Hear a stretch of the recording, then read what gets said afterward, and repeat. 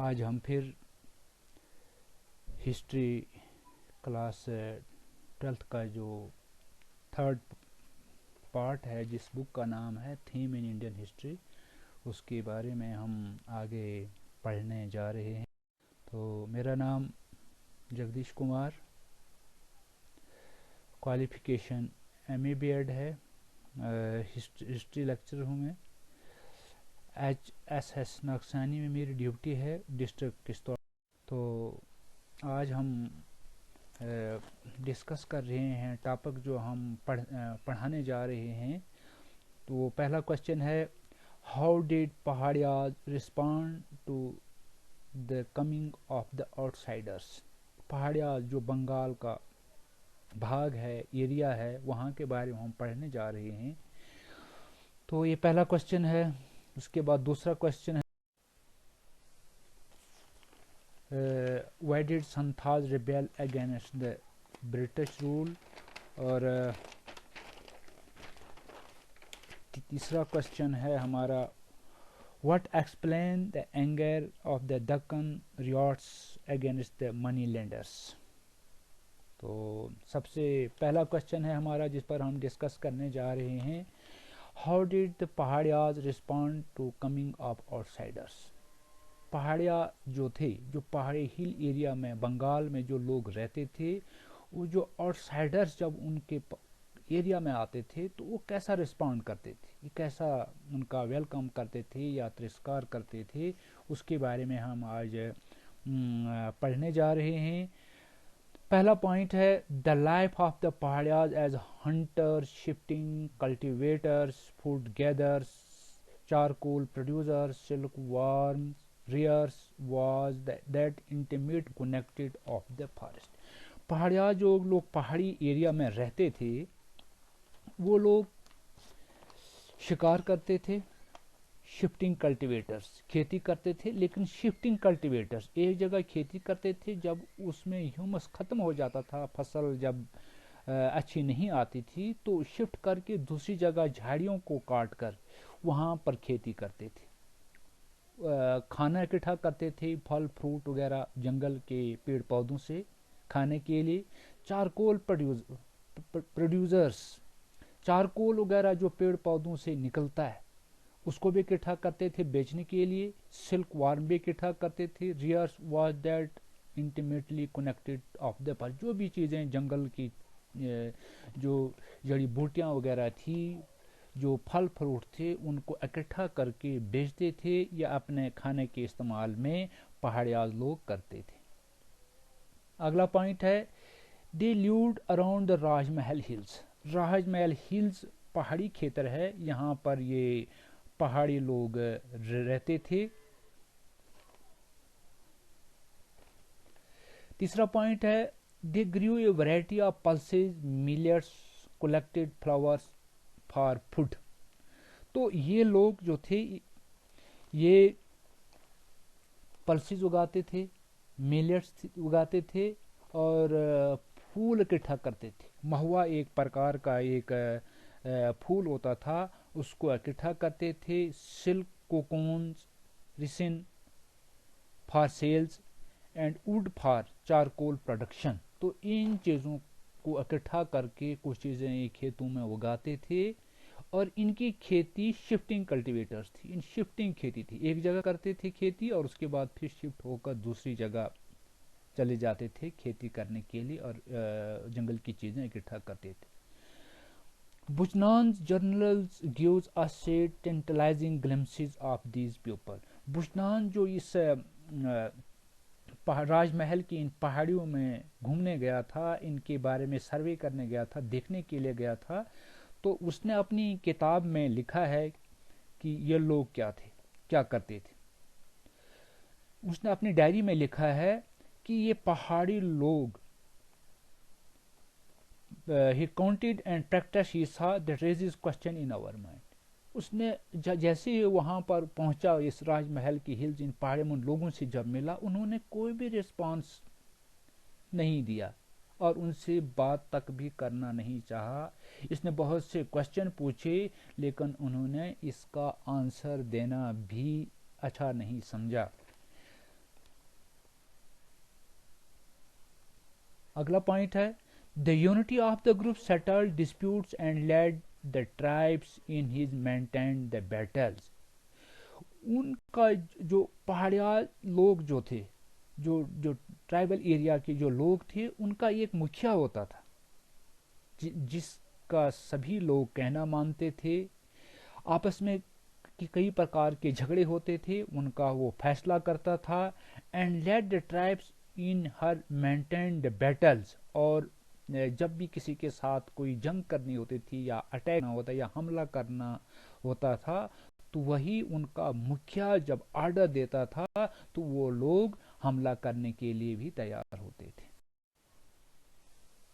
अगला पॉइंट है they were a means of negotiating political relations with the outsiders। वो बाहर के लोगों के साथ कोई भी अपना रिलेशन संबंध बनाना नहीं चाहते थे, क्योंकि कॉलोनियल लोग, ब्रिटिश लोग उनकी जो खेती करते थे उसको भी डिस्टर्ब करते थे, उनको हदायत देते थे कि फलानी चीज़ आपने फलानी चीज़ की कल्टीवेशन करनी है, जिसको वो चाहते नहीं थे।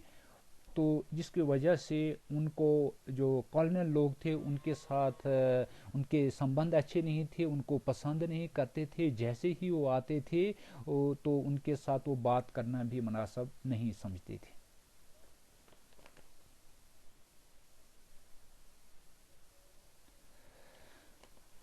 They were means negotiating political relation with the outside. अगला पॉइंट है the zamindars on a plain had to often purchase peace by paying regular tributes to the hill chiefs. Zamindars जो बंगाल में टैक्स कलेक्ट करते थे पूरे अपने उस स्टेट का, एरिया का, वो जब इन पहाड़ी राजमहल हिल्स में जब इन लोगों से भी मेल मिलाप रखना चाहते हैं, इनसे चीज़ें खरीदना चाहते हैं, कलेक्ट करना चाहते हैं, लेकिन ज़मींदार को भी वो बाहर से कोई भी आउटसाइडर से जब जो भी कोई आता था उनको रिस्पांस नहीं देते थे।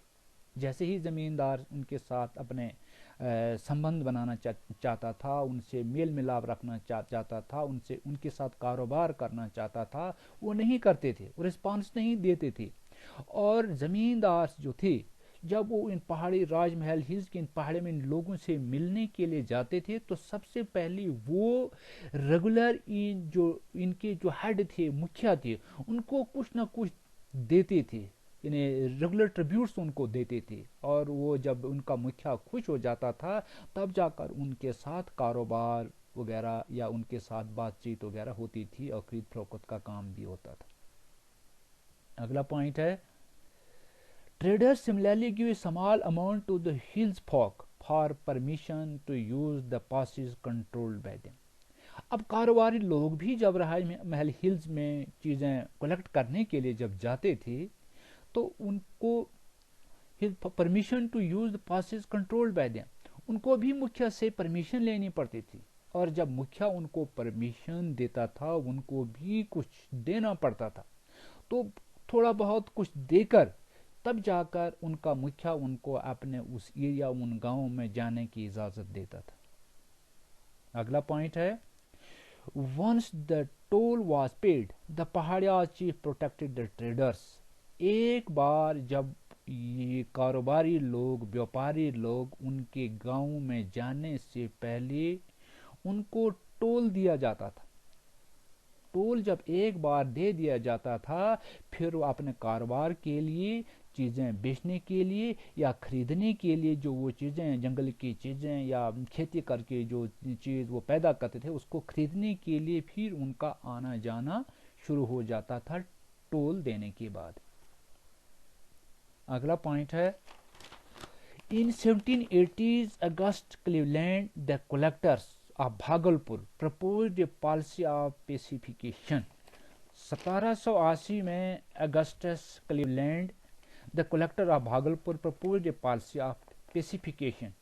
पहाड़ियाज were given an annual allowances. तो उसने भी जब मुदाखलत करना चाहा, जो कि भागलपुर का कलेक्टर था, तो उसको भी पहले एनुअल अलाउंसेज उनके मुखिया को देता था। पहाड़ी लोगों का जो मुखिया होता था उनको एनुअल अलाउंसेज दी जाती थी, तब जाकर वो मुदाखलत कर सकता था, उनकी एरिया में आ सकता था, उनके साथ बातचीत कर सकता था। And made responsible for the proper conduct of their main, और तब जाकर वो प्रॉपर उनके लोगों के साथ मिल सकता था, बातचीत कर सकता था, और बाद में वो जो वहाँ का मुखिया था वो मुखिया से इनकम टैक्स की बात भी किया करता था कि इनका भी आपको टैक्स देना पड़ेगा। अगला पॉइंट है, many Pahadiya refused allowances. Those chiefs who accepted most often lost authority within the community.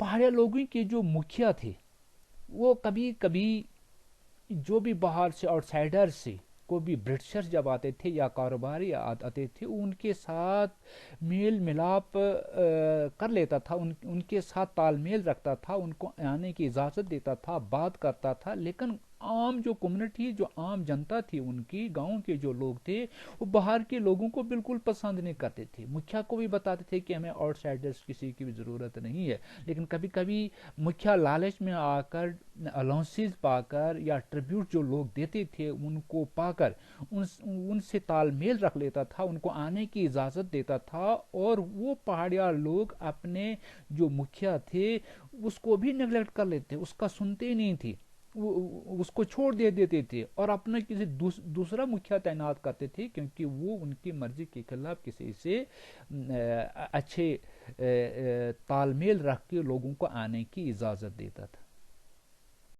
अगला पॉइंट है, even white man appear to represent a power that was destroying their way of life. खासकर अंग्रेज लोगों को britisher जो सफ़ेद रंग के जो लोग थे जिनकी पहचान आ जाती थी, उनको पता था कि ये लोग ब्रिटिशर्स हैं, उनको वो बिल्कुल पसंद नहीं करते थे, उनको आने ही नहीं देते थे। बाई चांस अगर कोई अंग्रेज उनके गांव में आ गया तो वो बहुत नफरत करते थे, भाग जाते थे, उनसे बात करना भी नहीं चाहते थे, क्योंकि वो उनके वे ऑफ लाइफ जो वो उगाना चाहते थे, वो अंग्रेज़ उनको इंस्ट्रक्शन देते थे कि फलानी फसल लगाओ, फलानी चीज़ें आप कलेक्ट करो, जिसमें उनका वे ऑफ लाइफ जो अपना स्टाइल था कल्टीवेशन का वो उसको चेंज करना नहीं चाहते थे, और अंग्रेज़ लोग वही चीज़ें उनसे कल्टीवेट करवाना चाहते थे जो उनके लिए फ़ायदेमंद, जिससे वो कारोबार करना चाहते थे। तो उनके वे ऑफ लाइफ स्टाइल में तब्दीली वो लाना नहीं चाहते थे, जिसकी वजह से वो उनको पसंद नहीं करते थे। तो इसी के साथ ही ये क्वेश्चन हमारा यहाँ पर ही समाप्त हो जाता है। तो अगले क्वेश्चन पर हम फिर आगे